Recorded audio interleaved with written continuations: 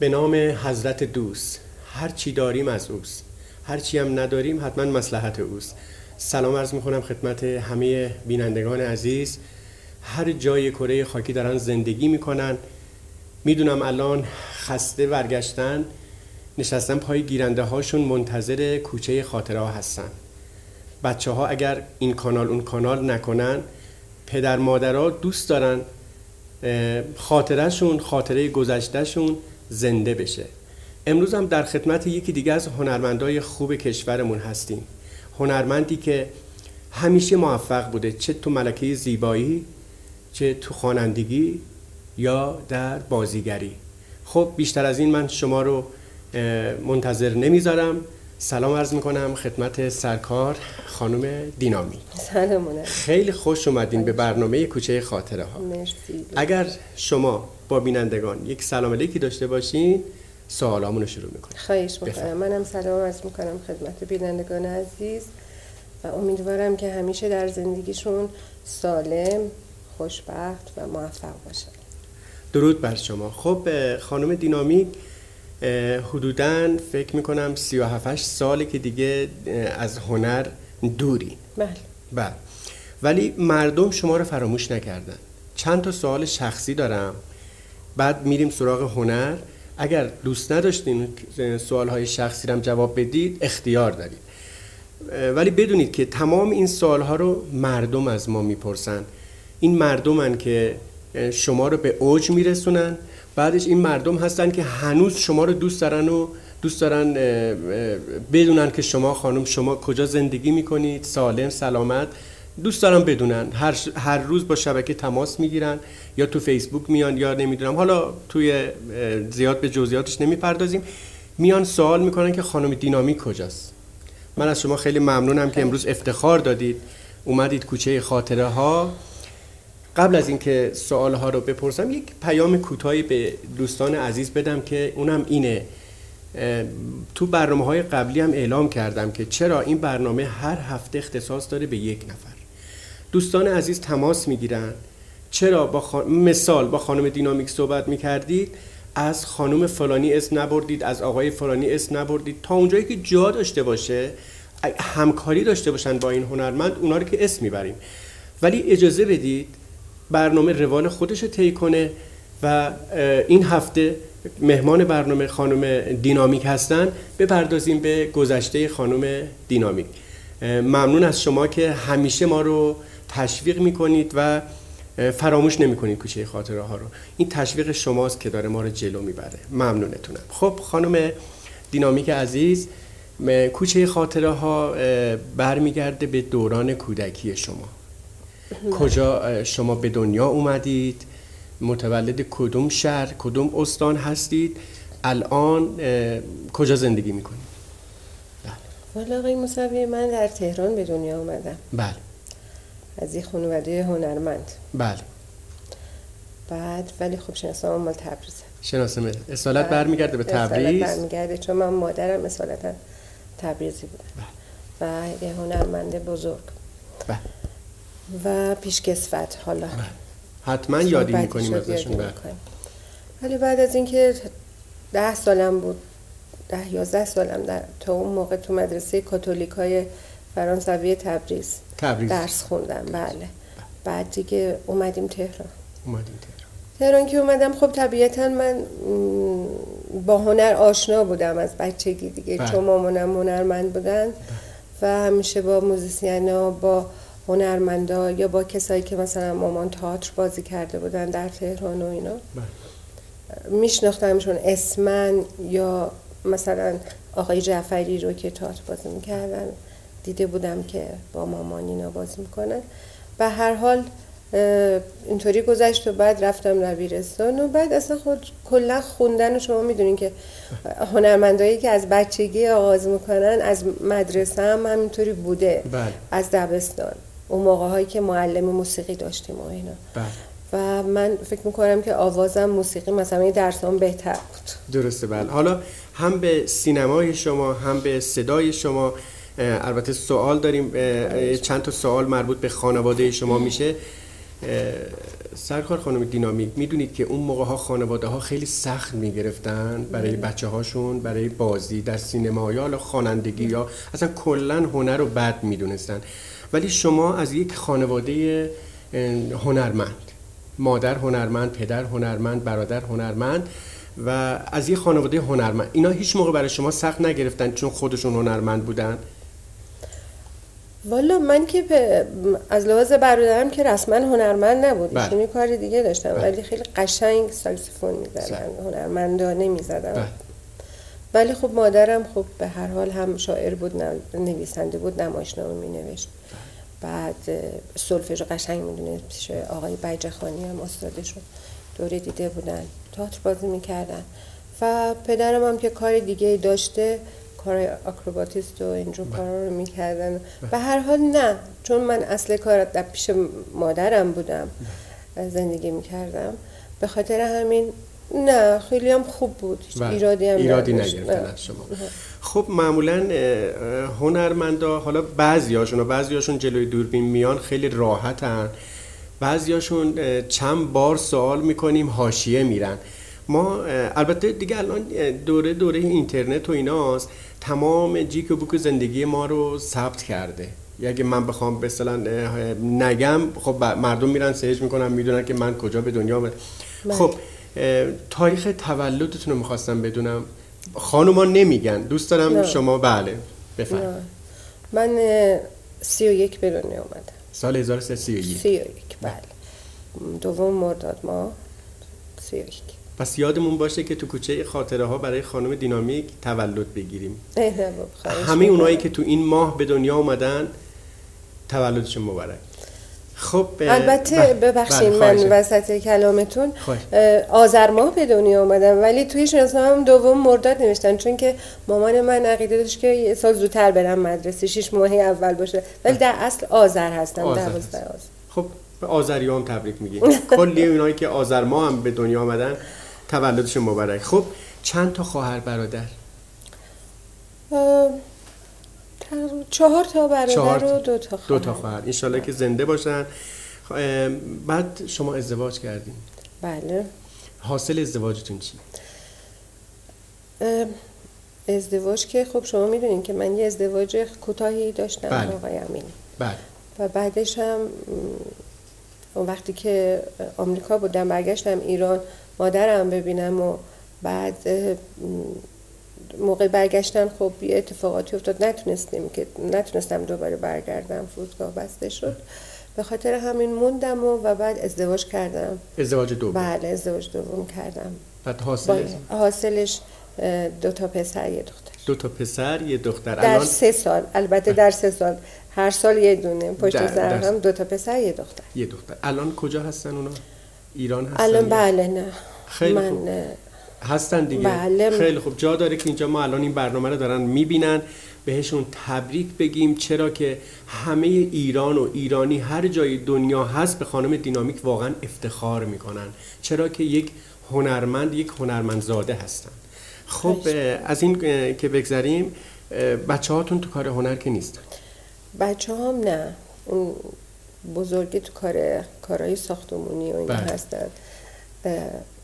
از اون کوچکتر اونم دیزاین داخلی، ولی خب ایشون تصمیم دارن که انشالله به کلاس یکی از استادای بزرگ برن، خودشون علاقه دارن بازم که برای بازیگری و اینها انشالله. و دخترم هم که بخیر، ایشون هم در رشته شیمی و اینا درس خوندن، الان مشغول به کارن. خدا رو شکر. و ازدواج کردن. ازدواج کردن. بله 4 سال ازدواج کردن، پسرانه، ولی خب دخترم ازدواج کردن ان شاءالله که زنده و خب حالا می‌خوایم بریم سراغ سینما یا خوانندگی. ما یکی از سوالامون این بود که شما چطور وارد عرصه هنر شدید که فرمودید من توسط مادرم، دیگه هنر تو خون شما بوده. اصلا من مامانم وقتی که میخوندم من خودم همینجوری میرفتم رو صحنه، یادمه که میرقصیدم باهاش، یعنی هرچی هم یه موقعی میگفت مثلا نیا، ناخودآگاه اگه باهاشون بودم ناخودآگاه خودم میرفتم جلو و میرقصیدم. کوچولو بودم خیلی، با اون دامنای چین عکسم دارم ولی میرقصیدم. بله، در حال انشالله که روح مادرتون، روح پدرتون شاد باشه، چرا که هم مادر هم پدر هم شما جز شادی برای مردم چیزی نخواستید. شما بودید که شادی رو به خونه های مردم آوردید. حالا اول خوانندگی یا بازیگری؟ نه دیگه اول، چون من البته اینا رو من همه رو میدونم، فقط این بیننده ها سوال کردن، میخوام اینا به نتیجه برسن. درست. خب تو همون از دبستان ما شروع کردیم به همون خوندن و بعد تئاتر بازی کردن های دبستانی و بعد تو دبیرستان و اینها.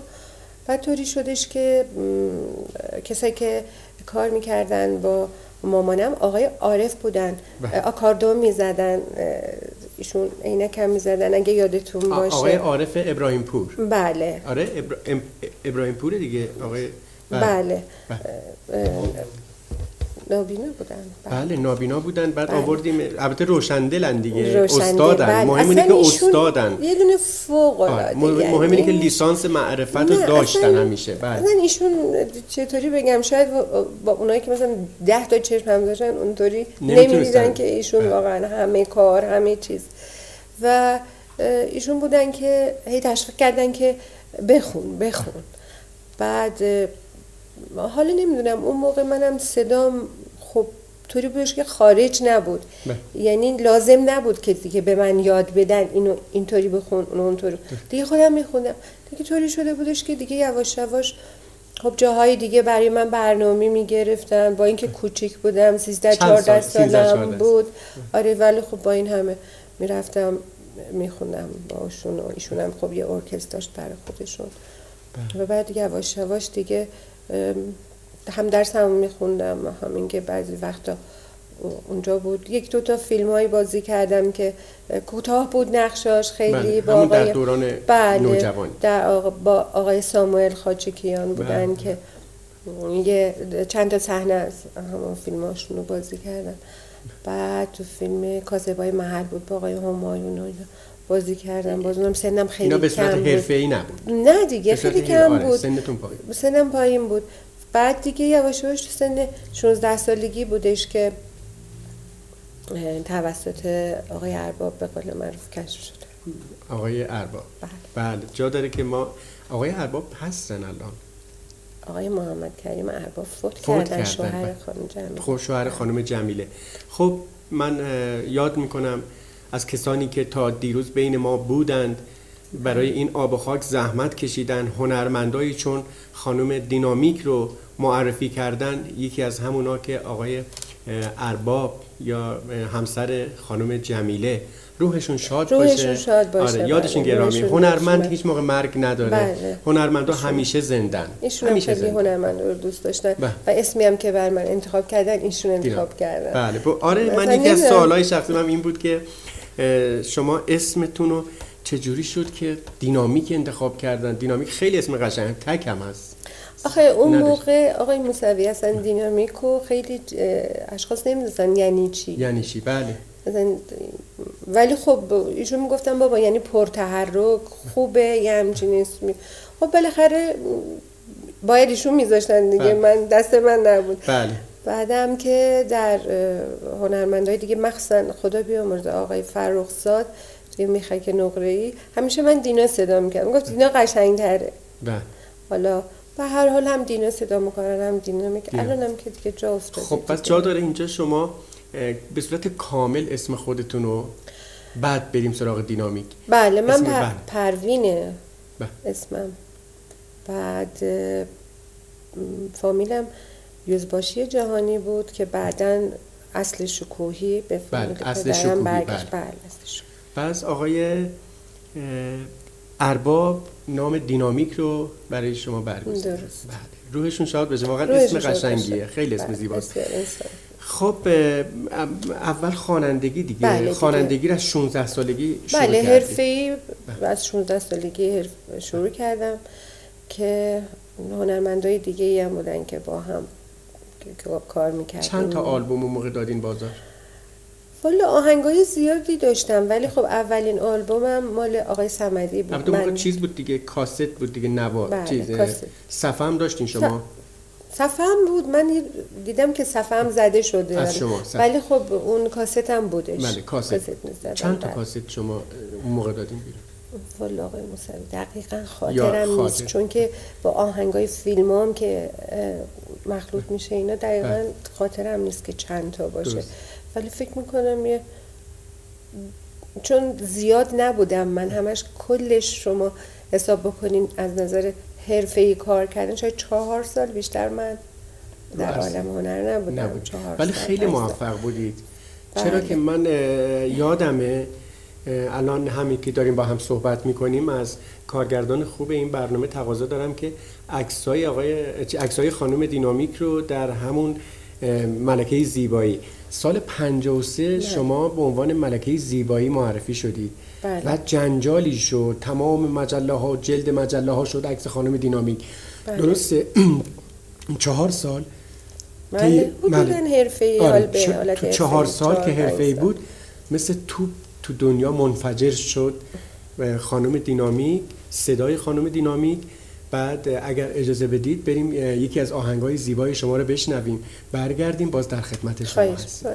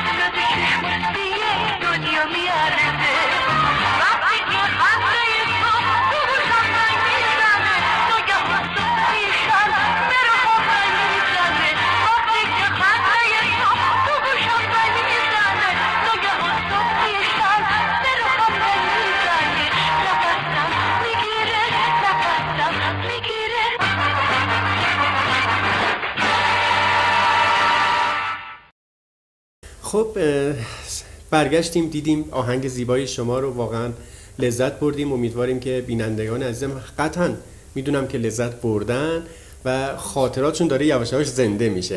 خب حالا بین صحبت‌هایی که در رابطه با هنر و خوانندگی شماست یک سوال همینجوری پیش میاد، من ازتون سوال کنم.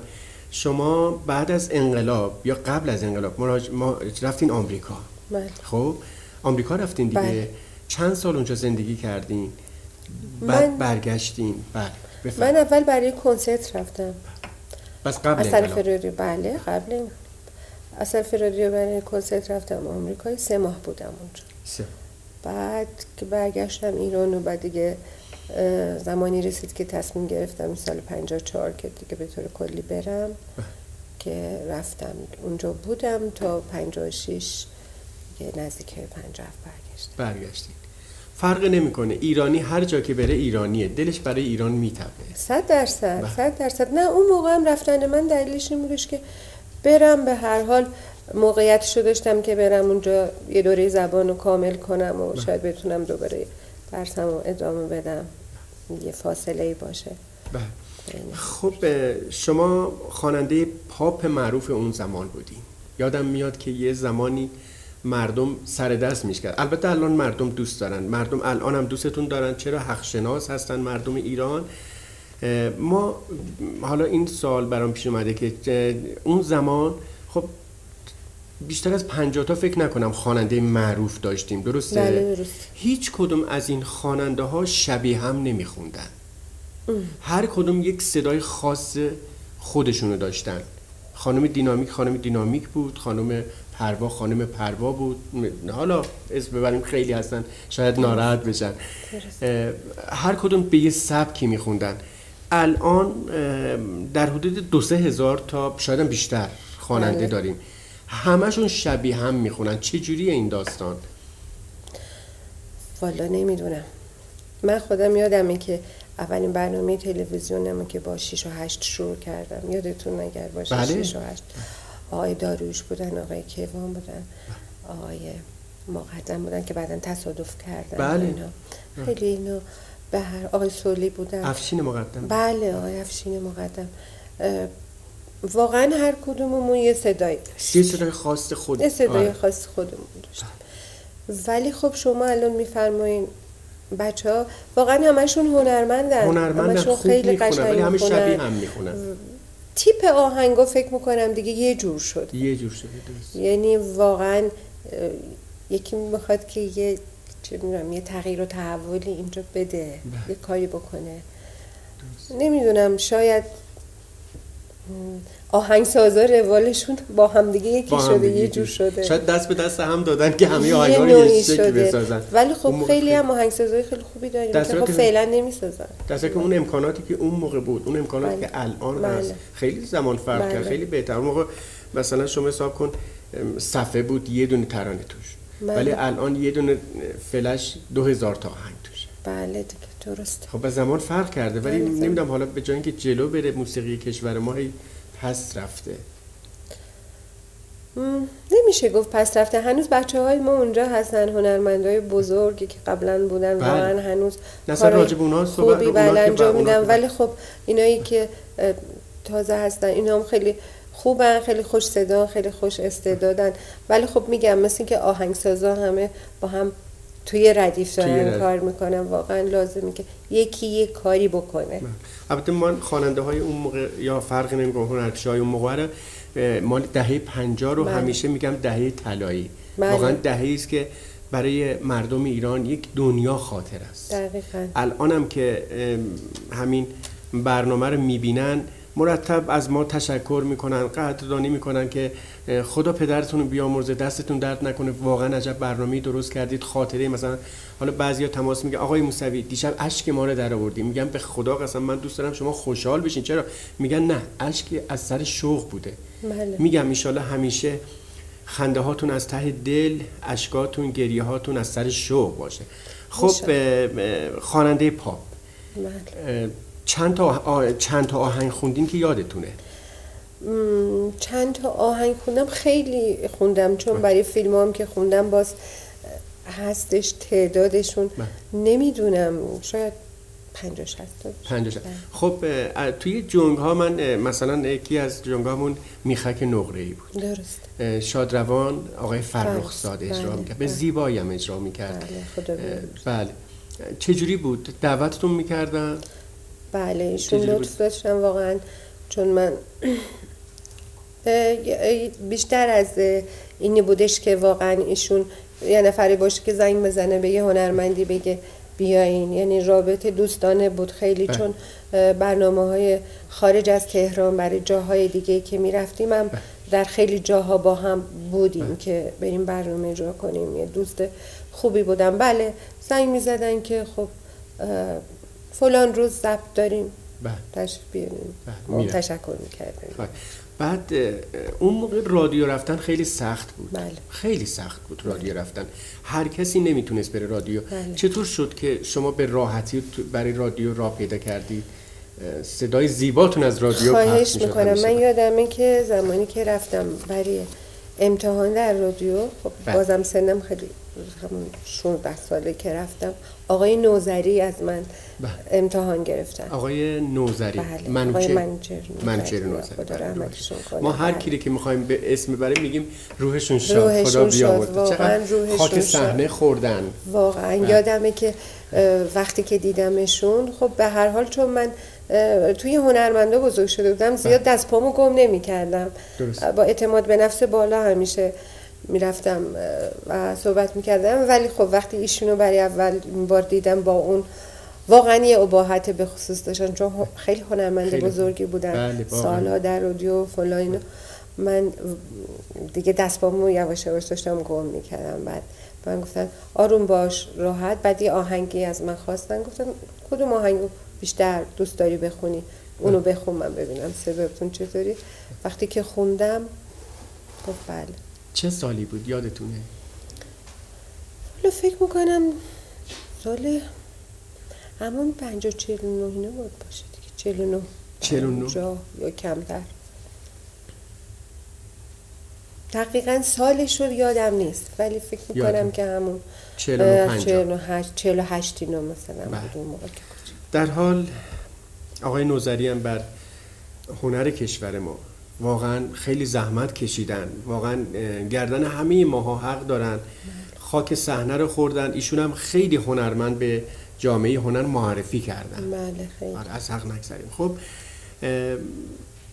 فقط تو میخک نقره‌ای بودین و تو نه دیگه توی رنگ و رنگ و میخک نقره‌ای من یادم میاد اولین بعد از 6 و 8 یعنی قبل از 6 و 8 بانک صادرات همیشه یه جشنایی میگرفت، جشنای سالیانه میگرفت که من اونجا اجرا کردم برنامه که از تلویزیون پخش شد و با هنرمندای دیگه که بودن جزء اعضای ارکستر من بودن که بعداً خودشون تک به تک هنرمندای بزرگی شدن. اون موقع با من همکاری داشتن. توی خواننده ها فرق نمیکنه، هنرپیشه ها همیشه رقابت بوده. من همیشه میگم اگه رقابت سالم باشه چه اشکالی داره. من سعی میکنم خودم رو مثلا از مجریایی، البته من خودم رو مجری نمیدونم، یه قدم جلوتر بزنم. خب تو شما هم رقابت بود. شما فکر میکنید کیا با شما رقابت میکردن اون موقع؟ چون یه دفعه خانم دینامیک ملکه زیبایی شد و یادم میاد آقای سعید راد اومدن روی صحنه و اون تاج زیبا رو روی سر شما گذاشتن. اینا همش برای ما خاطر است. باهاتون کیا رقابت میکردن؟ رقابت سالم و خوب. خب به هر حال رقابت اگه سالم و خوب باشه خودش خوبه. خیلی خوبه. خب. چون به هر حال آدم به طرف موفقیت میکشه. ولی نه اگه قرار باشه که پشت آدم سنگ بندازن اون یه چیز دیگه یا چوب لای چرخه دیگه همینه دیگه نمیتونم دیگه اینو از من نپرسین دیگه. خب با که بله ما الان داریم که واقعا چوب لای چرخه کوچه خاطره ها میذارن. من جلوی دوربین کوچه خاطره ها میگم به خدا قسم، البته رقابت سالم خیلی خوبه. ما دوست داریم که کسانی که به فرهنگ این کشور زندگی همیشه دعاگوش هستیم، ولی اونایی که چوب لای چرخ کوچه خاطره ها میذارن مطمئن باشن لطمه به خودشون میزنن. این برنامه ادامه داره، کوچه خاطره ها ادامه داره، چرا که ما با خاطره زنده هستیم.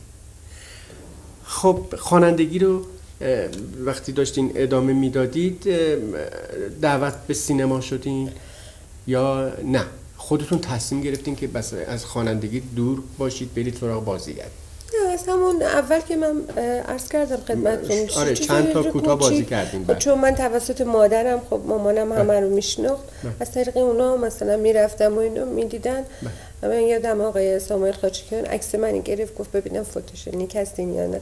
بعد دیگه من دعوت کرد به فیلمایی که داشتن و خب از همون موقع میرفتم، ولی به صورت حرفه‌ای. بله ولی به صورت حرفه‌ای اصلا فکر نمی‌کردم که من برم فیلم بازی کنم، یعنی اصلا تو فکرش نبودم.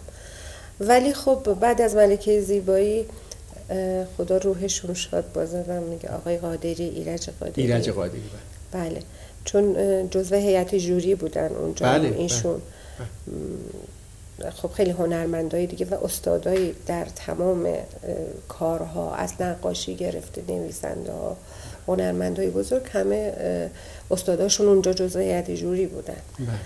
بعد ایشون هم اونجا تشریف داشتن و بعد دیگه همونجا به من پیشنهاد کردن بعد از تموم شدن که اگر میشه ما با هم همکاری داشته باشیم و یه فیلمی هستش و اینا. یادم میاد یک رایگیری هم میشد راجع به شما خواننده ها. بله. تاثیر میذاشت از لحاظ مردم؟ بله از لحاظ مردم. خب بله، برای اینکه شما اگر مجله های اون موقع رو شما بله. نگاه کنین میبینین که هر هفته این رأی ها شمرده میشد. بله. و مثلا یه هفته رأی من بیشتر میشد، یه هفته مال یه هنرمند دیگه بیشتر میشد، همینجوری تا آخر. خب من به علاوه بر رأی های مردمی که فراوان داشتم میتونم بگم و به اضافه اونا انتخاب هیئت جوری هم بودم از نظر ملکه زیبایی. و بعد از اونجا بودش که وقتی که اتمام پیدا کرد آقای قادری از من خواستن که برم استودیوشون، دفترشون، باشون صحبت کنم و وقتی پیشنهاد کردن ناخودآگاه احساس کردم خب چرا که نه، حالا بذار ببینیم چی امتحان میشه، امتحانش کنیم. خب بریم یکی دیگه از آهنگای زیبای شما رو بشنویم، ببینیم، برگردیم باز در خدمت شما هستیم.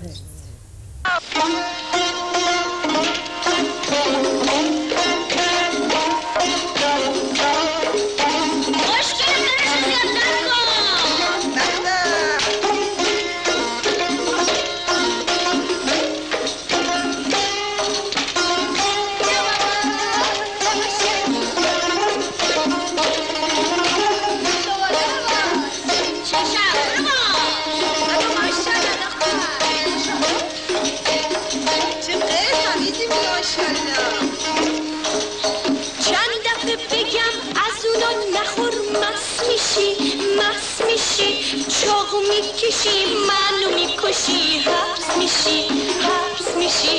چقدر بگم یواش یواش، غیر بده غیر بده، غیرم میدی مثال چاکر بده. اون وقت که های هایت بود که فکر فردایت بود، وقت چی که مستون وای نبودی فکر زمستون.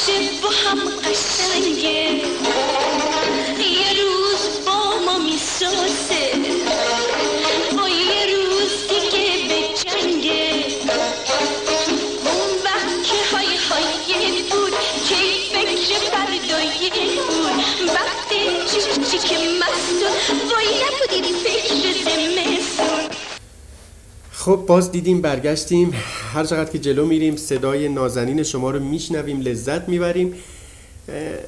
چرا یه دفعه از پاپ به سینما، از خوانندگی به سینما؟ البته فرق نمیکنه، مثل یه خانواده است، ولی شما، من حالا اینو ازتون سوال میکنم، نقطه اوج شما کجا بود؟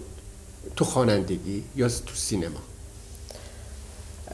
این دوتا با هم بودن، هیچ کدومشون جدا از هم نبودن. درست. که من بگم یه زمانی فیلم بازی کردم بعد یه زمانی خوندم. بله. چون اکثرا برای فیلم های دیگر هم من باز به جای خواننده های دیگه میخوندم. خوندیم. این دوتا همش با هم بوده. خب ما خیلی کسایی رو داشتیم اون موقع که هم میخوندن هم فیلم بازی میکردن. هم فیلم بازی میکردن. بله. بس همزمان بوده. همزمان بوده. بله. ملکه زیبایی که وقتی انتخاب شدین، حالا از این که من حالا میپرسم چند نفری هم بودن، یادم یک سالن خیلی زیبایی گذاشته بودن و مجری، خب بله هتل بله خیلی زیبا، خیلی اجرای خوبی بود، من واقعا بی‌نظیر بود اون شب به یاد ماندنی. خانم ملک زرابی بودن، بله اونجا مجری بودن، بله آقای عقیلی، بله آقای عقیلی، بله اونجا. خب اولا که ملکه زیبایی بس چه اساسی انتخاب میشد؟ یعنی شما که انقدر زیبا بودین یا راجع به هنر شما بود، کدوم یکی بود؟ نمیدونم آقای موسوی واقعا نظرشون چی بود، چون به هر حال چون یه هیئت انتخاب کرد دیگه. بله یه هیئت و در ضمن مردم هم رأی میدادن و از هنرمندای دیگه هم سوال میشد در این مورد. و من یادمه که تو مجله جوانان که الان هم هستش اتفاقا از هنرمندا میپرسیدن که چرا مثلا به فلانی رأی میدین، میپرسیدن که به کی مثلا شما نظرتون کیه. بله. و هنرمندا مثلا جواب میدادن، کسایی مثل آهنگسازا، شاعرها، اینا که یکی از شعرای خیلی خوبمون، من ازش تشکر میکنم واقعا، که جوابی که داده بودن این بود که برای اینکه ایشون گفته بودن برای اینکه دینامیک همینی که هست، یعنی هیچ چیزی رو اضافه نکرده، هیچ کاری نکرده. حالا به نظر ایشون گفتن که یه زیبایی طبیعی داره. واقعا زیبا بودید. من نمیخوام بگم ولی واقعا من حتی موهای دستم هم دستکاری نمی‌کردم. یعنی ایشون نظرشون خدا داده بود. یه زیبایی، آره، نه موی این ور اون ور بود، نه زرد بود، نه قرمز بود، نه هیچی، همون بود و موجا همون بود و چشم همون بود. انشالله که زنده و سلامت باشید. اون شب یادم میاد خب خانم محسی هم تاج گذاشتن رو سرش. خانم میشه چند نفرشون رو اسم برین یادتون هست؟ بله، اون شب چرا یادم نیست، چون یاد کنیم از چند تاشون که بله بودن که مثلا نمیدونم، حالا دقیقا نمیدونم که مثلا این که برای خوشپوشی بود، آره، هر کدوم از یک امتیاز برخوردار بودن، که برای متانتشون هنرمند مثلا میگفتن تاج گذاشتن. چون من یادمی که وقتی که تاج گذاشتن بر سر من و بعد من یه مدتی اونجا بودم، بعد که تمام شد رفتم دیگه. من دقیقاً کار داشتم بالاخره، برنامه‌های دیگه‌ای هم بود. خیلی پرکار بودین. بله، هم تو مهمونی‌ها، عروسی‌ها، هم تو کاباره‌ها. من در 2 تا کاباره برنامه اجرا می‌کردم. میامی بود، با کارا بود، جاهای دیگه همینطور.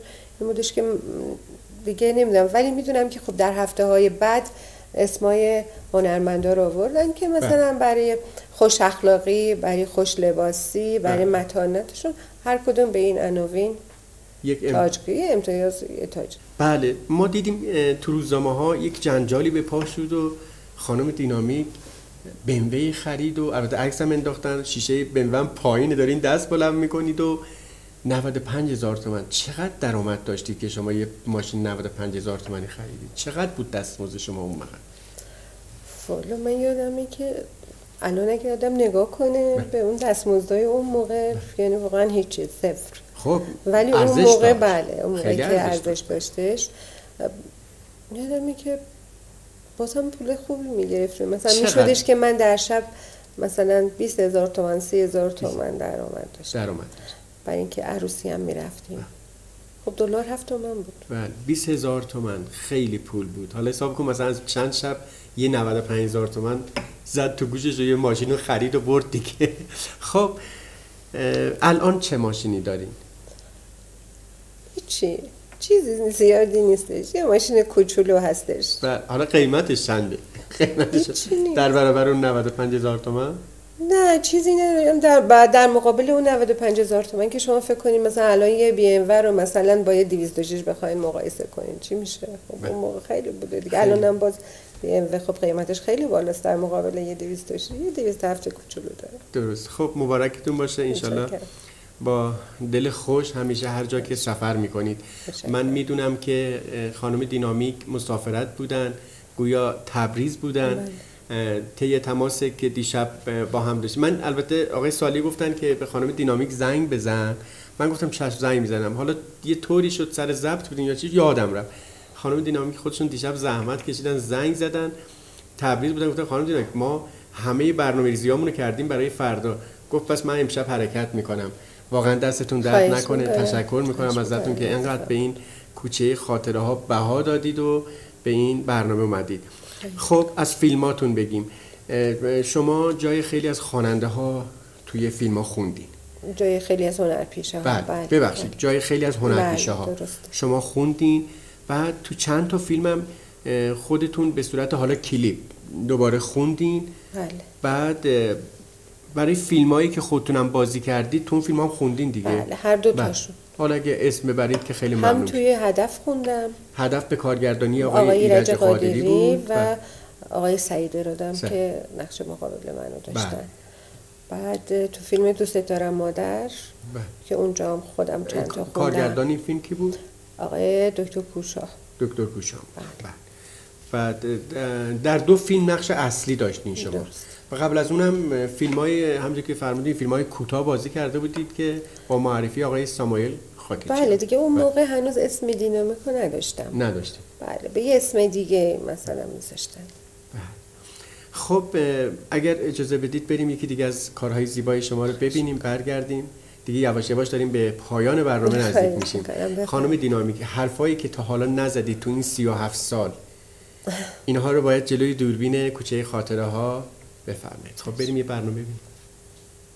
تو سوال باقی مونده و تایم برنامه هم یواش یواش داره اشاره میکنه داره تموم میشه. تو این فرصتی که داریم چند تا سوال.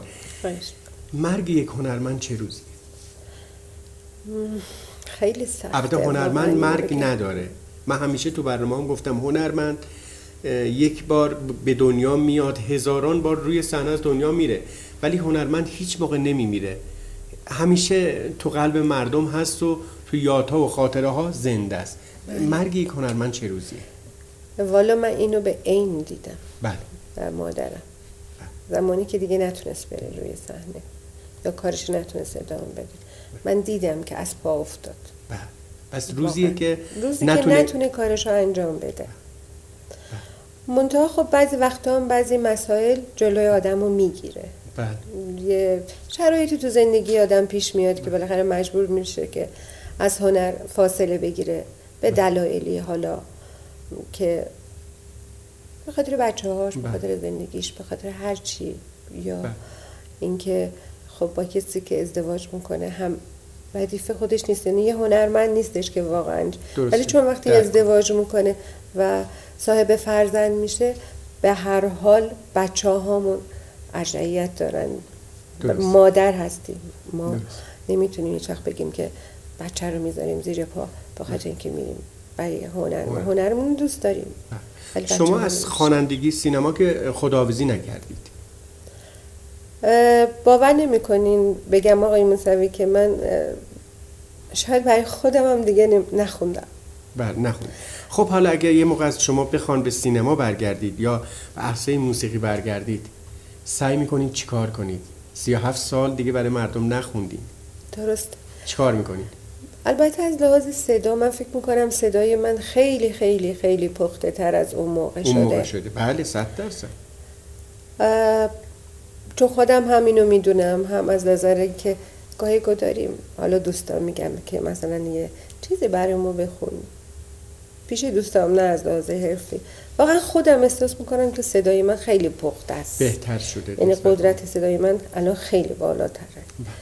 ولی خب بعضی وقتا به مغزم خطور میکنه که خب چرا که نه، حالا که شما مثلا آدم اینها آهنگا رو داره، آهنگام واقعا قشنگ هستن، چطور که بازسازی میکنن هنرمندای آدم بیاد یه کاری بکنه، شاید روزی من آهنگا رو بازسازی بکنم انشالله. ما آرزو داریم دوباره سرکار خانم دینامیک رو روی صحنه ببینیم، برای ما بخونن، برای همه، برای بچه‌های ما بخونن، برای پدرها، مادرها، خواهرها بخونن. آقای میزمی نمیدونم روی صحنه یا نه، اینو نمیتونم بگم، ولی خب به هر ما آرزو داریم، امید داریم، همیشه انسان به یه امید زنده است. بله خب دوستامو میبینم تو هم سن سالای خودم 2-3 سال پایین‌تر و بالاتر، خب همه دارن میخونن، ولی خب دوست دارم واقعا بازسازی بشه این آهنگا، جمع جور بشه. درست. خب بهترین اتفاقی که تو زندگیتون افتاد و شما رو خوشحال کرد یادتونه؟ بله. چه اتفاقی؟ خداوند لطف کردن به من 3 تا گل دادن، فرزندانمو، که بهترین اتفاق زندگیم. زنده باشن انشالله، سلامت باشن. من یک بار اوایل برنامه بود که سلام عرض کردم خدمتشون، امیدوارم هر جا که هستن و این برنامه رو میبینن واقعا تمام مردم ایران به مادرتون داره افتخار میکنه. ما هم داریم افتخار میکنیم به وجود همچین هنرمندی که تو کشورمون داریم. درسته که از صحنه دوره ولی از ذهن‌ها و از قلب‌ها دور نیست. همیشه مردم لطف دارن، زنگ میزنن میپرسن این واقعا این امید نیست؟ خیلی آقای موسوی ببخشین شده که بارها من تو خیابون که وقتی که رفتم شناختن منو بله. و واقعا اینقدر با صمیمیت من بغل کردن، بوسیدن، هرچی گفتم که نه من نیستم، نه میگن نه تو چال داری میخندی، یا مثلا اون هستش، مثلا یا چشمات هنوز هستش، مثلا ما میدونیم که شما همونین، ما با آهنگاتون فلان. واقعا مردم لطف دارن، منم همشون رو دوست دارم، ازشون تشکر میکنم، هر جا میبینن میشناسن مورد لطف منو. بله، من یکی از سوالام همین بود که برخورد مردم چجوریه که خودتون جواب دادین. خب حالا همین که جلوتون میگیرن و بالاخره اول پرسی میکنن اینا، شما نشستین توی یک سالونی دارین غذا میخورین، غذاتون هم نصف کاره است با جمعی از دوستای هنرمندتون. بله. یک خانواده‌ای هم رد میشه دوست داره با شما یه عکس داشته باشه، میگه حالا شما چیکار میکنین؟ میگین صبر کن تا غذا رو بخورم بیا، یا چیکار میکنین؟ نه هیچ وقت، با کمال میل همون دقیقه با میشم و باشون عکس. یه خاطره اگر امکان داره برای ما تعریف کنید. خاطره خب همه دوران کاری من، واقعا دوران زندگی من همش خاطره است. حالا چه خاطره بد چه خاطره خوب همشون.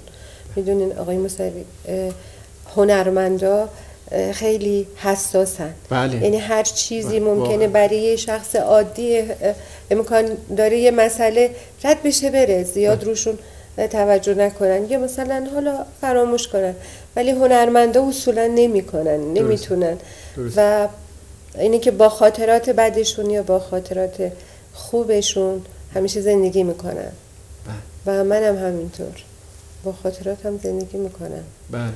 و خوب و بد حالا با هم دیگه فرق نمیکنه. هنرمند خاطراتش تلخ و شیرین برای مردم واقعا شیرینه. شبی که به ملکه زیبایی شما رو معرفی کردن که نمیدونستی که؟ نه خودم اصلا نمیدونستم. یه دفعه اعلام کردن، اون موقع چه؟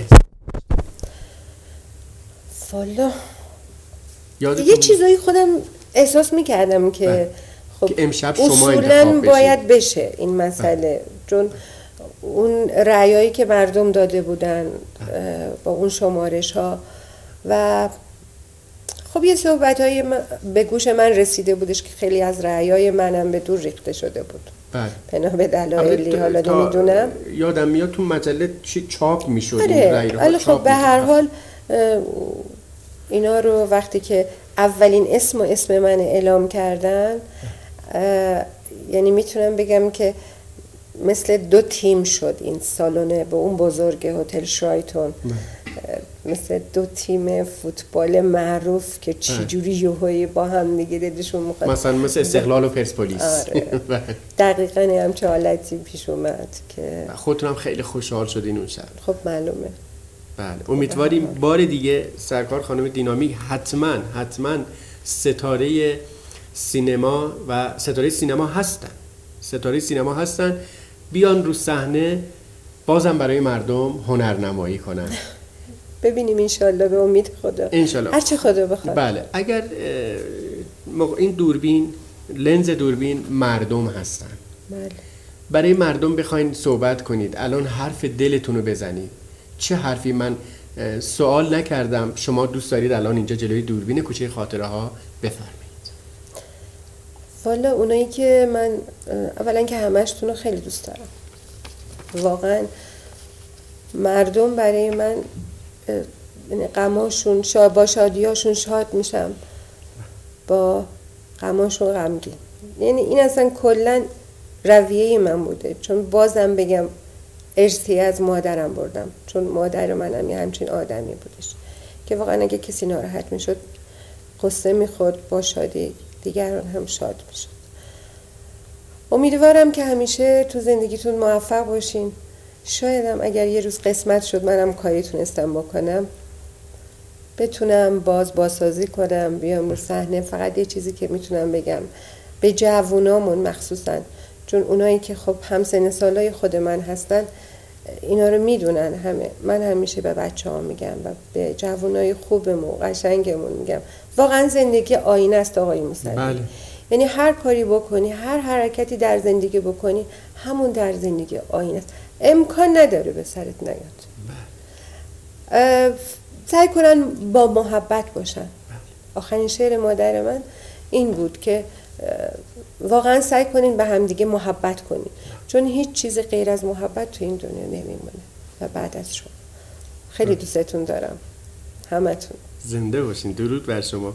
خب از جوانان گفتی، من یه سوال از در رابطه با جوانان از شما سوال کنم. یکیش هم اینه که آدم هنرمند محبوب باشه خوبه یا مشهور باشه خوبه؟ کدوم یکی؟ خب معلومه محبوب باشه بهتره. محبوب باشه. ما خیلی از هنرمندا رو داریم که حالا من نمیخوام اسم ببرم، ولی خب به هر حال اونایی که میدونن، هنرمندای دیگه میدونن که اینا برای مشهور شدن حاضرن دست به هر کاری بزنن که پله ترقی رو برن بالا، ولی اینطور نیست. به هر حال مشهور شدن اینقدر ارزش نداره، محبوب بودن خیلی بهتره. محبوب بودن خوب. خب جوانان ما از کلاس‌های بازیگری، این سیل هجومی جوانان بله. به سینما، بله. چه از کلاس‌های بازیگری چه از مدرسه، نه همجور عادی، خیلی دوست دارن بیان سینما. درسته که شما 30 و چند سال از سینما دور بودید، شما چه توصیه برای این جوانان دارین؟ بیان نیان چیکار کنن؟ والا من به پسر خودم هم که همینه که گفتم خوبه که هنر واقعا در درجه دومه زندگی آدم، اول یه کار دیگه داشته باشه، بعد هنر رو در درجه دومش. درسته هنر بسیار شغل دوم داشته، چون هنر واقعا یکی هنرمند خیلی خیلی خوبه، خیلی عالیه، اصلا غذای روحه، همه چی هست. ولی خب الان زمانه هستش که واقعا آدم باید یه شغل دیگه اول داشته باشه و این شغل دوم باشه، چون خیلی کم آدمی هست، خیلی کم هنرمندی هستش که واقعا بتونه تا اون آخر بره، یعنی حتی در سن پیری هم واقعا بتونه بازی کنه. درسته. اینا میان خب زحمت میکشن با یه شوق و ذوقی که معروف بخوان بشن. البته معروف شدن اول خیلی راحت، دوست دارن معروف میشن، بعد از اینکه معروف میشن دوست دارن دیگه کسی نشناسدشون، راحت بتونن جایی برن و اینا، یعنی این کلا خیلی ها همینطوری هستن.